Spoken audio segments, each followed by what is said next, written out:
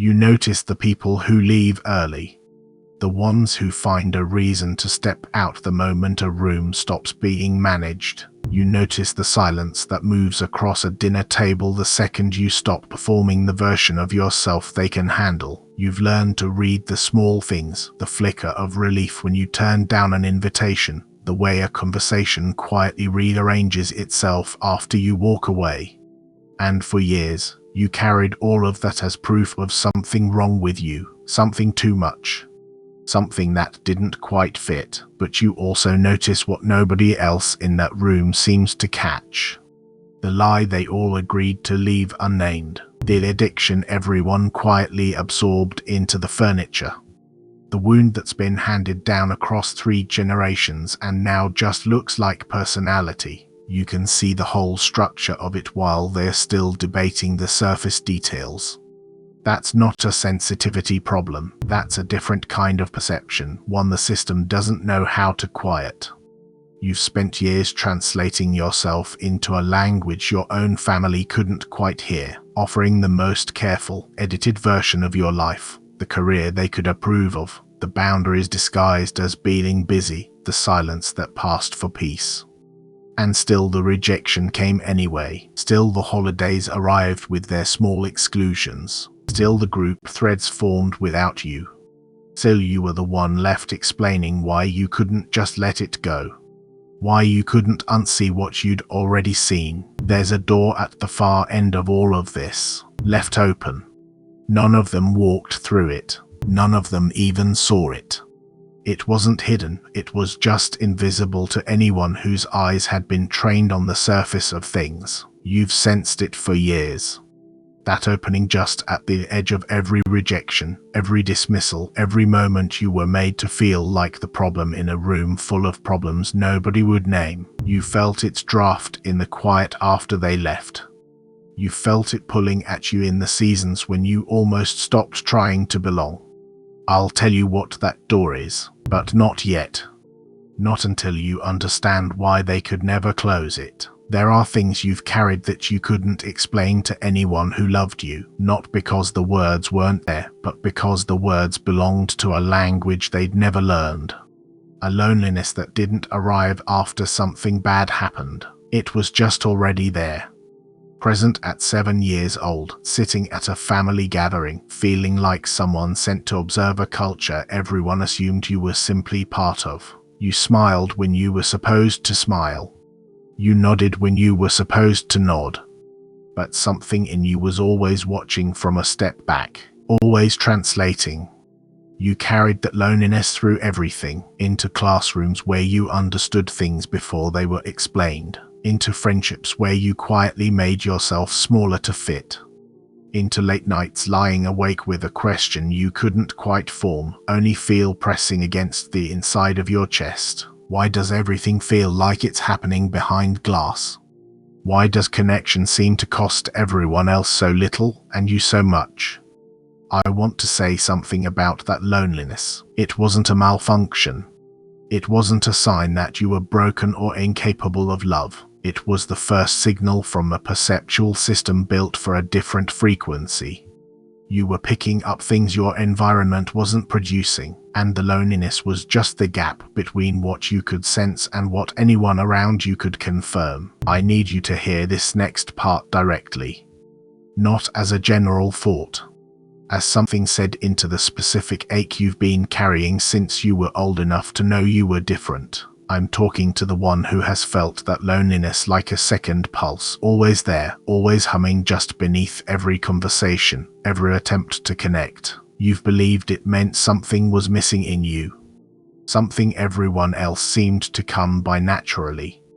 But what if that ache was never a wound? What if it was the accurate signal of something in you that knew, long before your mind could find the words, that you weren't supposed to fit here, that your belonging was always further ahead, somewhere your current surroundings couldn't show you yet?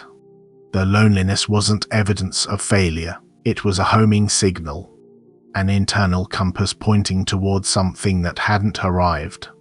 And the fact that you felt it so young means the assignment was there before anything tried to talk you out of it. That sensitivity you were told was too much. the one that made ordinary situations feel unbearable, the noise, the conflict, the unspoken tension in a room that everyone else seemed to absorb just fine while you took it in like a sponge dropped in dye.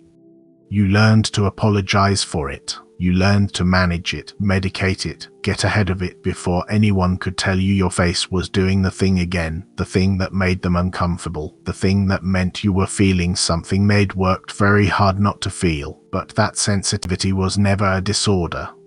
It was instrumentation. It was the equipment you needed to detect what was real beneath what was being performed. You could walk into a room and know within seconds which relationship was quietly falling apart. You could hear the lie folded inside the pleasantry. You could feel the anger sitting just beneath the smile. That wasn't paranoia. That was perception operating at a resolution your family's entire emotional survival depended on shutting down. And here's what happens when someone with that kind of perception gets born into a family system that has spent generations running from the truth. The system experiences you as a threat. Not because you're dangerous, because you're accurate. Your presence alone makes it harder for them to hold the agreements that keep everything from unraveling. They can't look at you without feeling something they've trained themselves not to feel. So they called you difficult, too sensitive. They told you to lighten up, let things go, stop making everything so complicated. And you believed them. Not because they were right, but because you were outnumbered. But that sensitivity was never a disorder. It was instrumentation. It was the equipment a soul needs to detect what's real beneath what's performed. You could walk into a room and know within seconds which relationship was rotting from the inside. You could hear the lie behind the pleasantry. You could feel the anger hiding under the smile. This wasn't paranoia. This was perception operating at a resolution your family's entire emotional survival strategy depended on suppressing. And here's what happens when someone with that kind of perception is born into a family system that has spent generations avoiding the truth. The system experiences you as a threat. Not because you're dangerous, because you're accurate. Your presence alone makes it harder for them to hold the agreements that keep their fragility intact. They can't look at you without feeling something they've spent years training themselves not to feel. So they labeled you difficult, too sensitive. They told you to lighten up, let things go, stop making everything so complicated. And you believed them. Not because they were right, but because you were outnumbered. And yet there was this other thing. This pull that kept coming back no matter how many times you buried it. You tried to live a normal life. You tried to want what they wanted. You took the job. You dated the person. You showed up to the events and performed the version of yourself that wouldn't disrupt the surface of things. And it worked. For a little while. Then the restlessness would come back. That feeling that you weren't doing what you came here to do, that something else was waiting, something specific, something that felt almost assigned, underneath all the accommodations you'd made. So you buried it again. You got busier. You set new goals. You told yourself this was adulthood, this was maturity, this was the reasonable compromise everyone makes between who they are and what the world rewards. But it kept coming back. In the quiet moments, in the middle of the night, in the pause between one chapter and the next, a knowing that wouldn't be silenced, a direction that wouldn't stop pulling, and the relationships. You watched other people find their people and settle into something that looked like a rival, but yours kept feeling like they were built for something different, not broken. Just not quite your size, not quite your language. You could love someone genuinely and still feel alone in the same room. You could be surrounded and still be homesick for somewhere you'd never been. Some of you are in a marriage right now that isn't a failure, it's a holding pattern. Some of you are in a friendship that's been thinning for years and neither of you has named it. Some of you have walked away from things that looked perfect from the outside and couldn't explain to anyone why you had to leave. What if none of that was a mistake? What if the way you connect with people is simply calibrated for a frequency that hasn't fully arrived yet? There's something I haven't mentioned. The private moments with God that were more real than anything public. The ones you never told anyone about because the words would have cheapened them. The 2 in the morning conversations in a room with no witness. The sense that something was being transacted between you and the divine that had nothing to do with religion and everything to do with why you're here. Those moments weren't escapism. They were the only place where the full weight of who you actually are could breathe without distortion. You kept those moments private for good reason. If you tried to explain them to the people who loved you, they would have worried. They would have suggested therapy. They would have gently steered you back towards something practical, something normal. But normal was never the assignment. That door I mentioned, the one left open at the far end of all of this, it leads directly into what I'm about to explain. Why your family system could never hold you, what was actually happening every time they pushed you away. What I'm about to describe will probably sound like the opposite of every psychological explanation you've ever been given. Stay with me through that.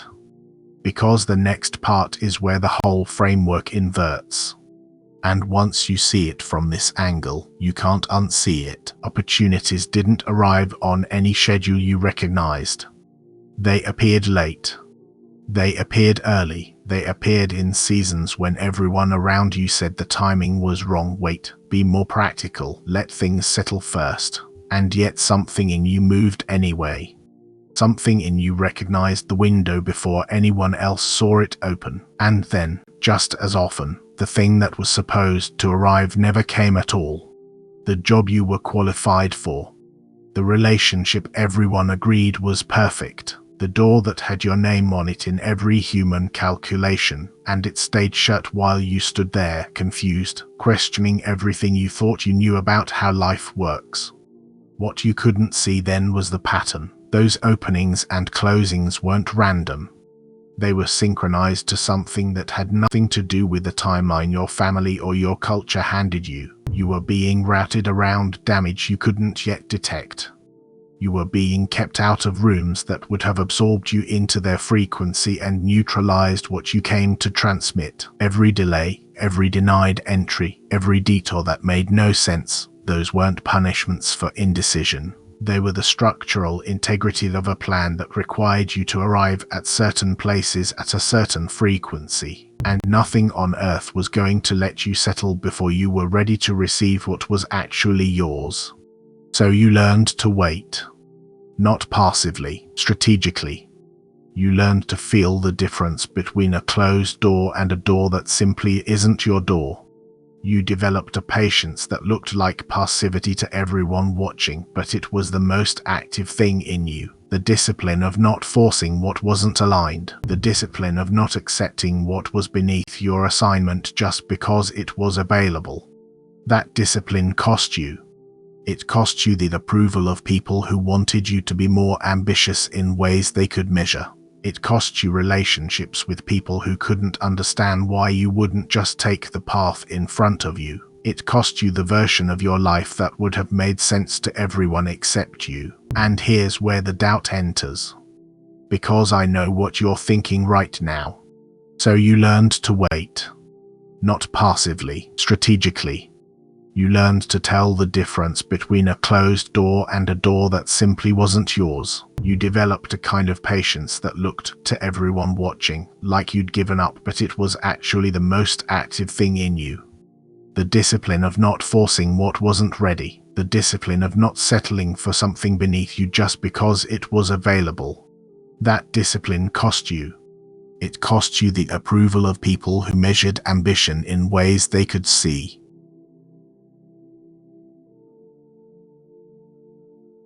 It cost you relationships with people who couldn't understand why you wouldn't just take the path laid out in front of you. It cost you the version of your life that would have made sense to everyone except you. And here's where the doubt comes in, because I think I know what you're thinking right now. You're thinking this sounds too convenient. You're thinking that anyone who's ever failed at something, anyone who's ever been rejected, can reframe it as a detour with a purpose. You're thinking maybe you just didn't have the courage. Maybe you should have pushed harder. Maybe the door didn't open because you didn't knock hard enough, or because you weren't enough, not qualified enough, not persistent enough, not the kind of person who deserves what everyone else seemed to receive without even trying. Maybe this whole framework is just a sophisticated way of avoiding something simpler and harder, that you missed your moment, and now you're trying to make peace with a life that turned out smaller than the one you wanted. That's a fair objection. It's the strongest version of the case against everything I'm saying, and I'm not going to wave it away. Because here's what actually separates a real delay from a failure of nerve, the fruit. When fear is what held you back, your life shrinks. You watch yourself get smaller. You feel the regret like something pressing on your chest, and it gets heavier every year. But when a door closes by the same hand that gave you the assignment, the result isn't contraction. It's redirection into something you wouldn't have chosen, but which, looking back, put you exactly where you needed to be for what came next. The closed door didn't diminish you. It made you more precise. And there's something else. In the years since those doors closed, have you noticed what happened to the people who walked through them? The ones who got what you thought you wanted. Some of them are fine, but some of them are trapped inside the very structures you were being kept from. Some of them are paying a price you never had to pay. Some of them are living the life you thought you wanted, and it's hollowing them out. You didn't fail to get through that door. You were kept from it. Pause, and the keeping was mercy. And now, after all of that, you're still here. Still listening. Not because you need a framework to make sense of the past, but because you can feel something coming that you don't yet have words for. You can't fully explain why you're still here, only that something keeps you here. That's not just curiosity. That's a signal arriving before the evidence does. The same way the loneliness arrived before you could name it. The same way the doors closed before you understood what they were protecting you from.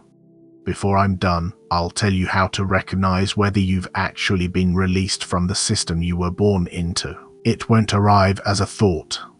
It'll arrive as a sensation, a lightness in your chest, a kind of spaciousness low in your gut. I'll describe exactly what it feels like so that when it comes, you'll know what it's confirming. But first, I want to give you 3 permissions. Not suggestions. Not gentle nudges. Permissions. I'm giving them because no one inside your biological lineage could give them to you. The system that formed you doesn't have the authority to release you from itself. That has to come from outside, from someone who can see the architecture clearly enough to name what you've already known, but never felt allowed to act on. The first permission. You're allowed to stop explaining yourself to people who are committed to misunderstanding you, not because you've run out of words. Not because you haven't tried hard enough. Their misunderstanding was never a failure of your communication. It was a structural requirement of their survival. Every time they act confused about why you made the choice you made, why you couldn't stay at the table, why you wouldn't participate in the performance, every time they ask you to explain it one more time as if clarity is the missing piece, what they're actually asking is for you to re-enter the negotiation, to leave the door cracked just enough for them to pull you back. Stop explaining. The explanation was never what was missing. The second permission. You're allowed to stop feeling guilty for the peace you feel when they're not around. That guilt was installed by the same system that depends on your participation in maintaining it. They taught you that loyalty meant suffering together, that love meant absorbing everyone else's unhealed wounds. That the measure of your character was how much you could endure without walking away. But what you're calling guilt is actually withdrawal from a relational dynamic you were trained into before you could consent to it. The peace isn't evidence of coldness. It's evidence that your nervous system knows the difference between real connection and enmeshment. It always knew. Let the peace be there. It's not a problem to fix. The third permission, you're allowed to stop carrying the assignment of healing people who don't want to be healed. Some of you have spent years in prayer for family members who never once asked you to pray for them. You've carried a burden for their breakthrough, their awakening, their salvation, a burden they themselves don't carry. You've done the inner work on behalf of people who are actively aligned with the very thing you're working against. That's not intercession. That's overfunctioning, wearing the clothes of faithfulness. You were not assigned to be the savior of your bloodline. You were assigned to break the pattern by walking out of it, not by dragging everyone behind you. Let me say each one again. Directly. Nothing softened. Stop explaining. The third permission, you are allowed to stop carrying the assignment of healing people who never asked to be healed. Some of you have spent years in intercessory prayer for family members who have never once asked you to pray for them. You've carried the weight of their salvation, their breakthrough, their waking up, a burden they themselves don't feel. You've done spiritual warfare on behalf of people who are actively allied with the very thing you're fighting against. That's not intercession.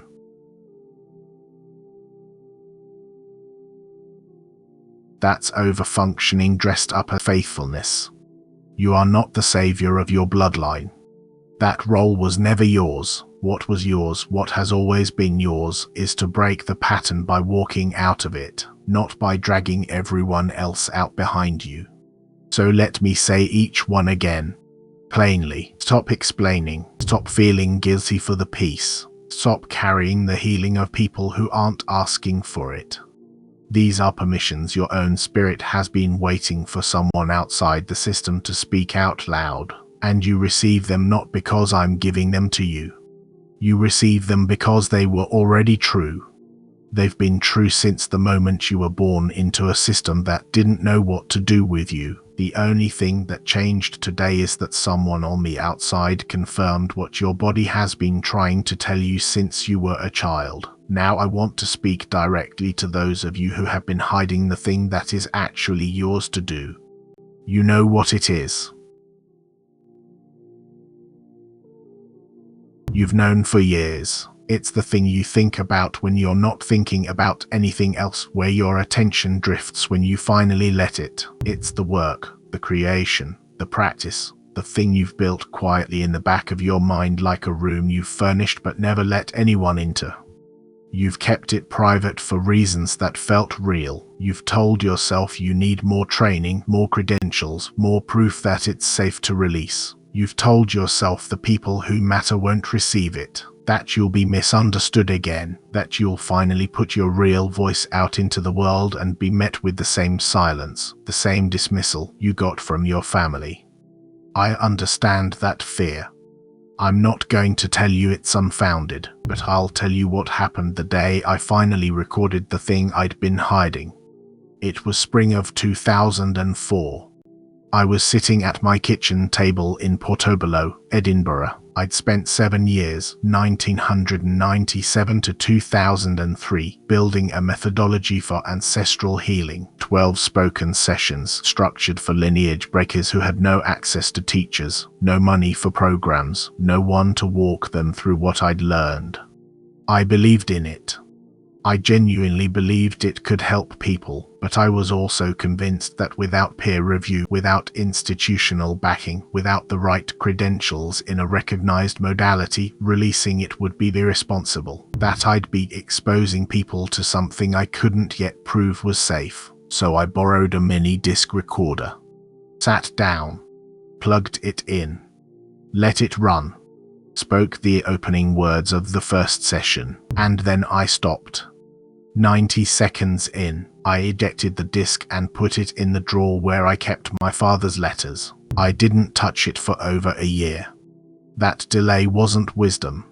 It was the same mechanism that's been keeping you silent, the same fear wearing the costume of caution, the same excuse dressed up as responsibility. My work didn't need institutional validation. It needed to be transmitted. And the permission I was waiting for wasn't something any system could give me. Your release has been delayed long enough. Some of you are holding a mini disc in a drawer right now. A book, a business, a ministry, a body of work that people need, and you're waiting for a credential you don't actually require. The only thing that matters is whether what you're holding is true, and whether it can help the people it was made for. Everything else is the echo of a family system that taught you to distrust your own knowing. So this is the activation. Release the thing, not when you're ready. Now, while the discomfort is still sitting with you, while the fear is still present. Because the fear doesn't leave before you move, it leaves after, and you've been reading its presence as a stop sign when it has always been a signal that you're standing at the edge of what is actually yours to give. There's something I haven't told you yet about what happens next. The confirmation that comes after you release what you've been holding won't look the way you've been taught to expect. It arrives before any thought can name it. It isn't peace the way the word usually lands, not a gentle settling, not a warm wave of assurance. It's a specific, unmistakable shift. One that feels, at first, like the opposite of permission. Your body registers it before your mind can catch up. Pause, but you'll know.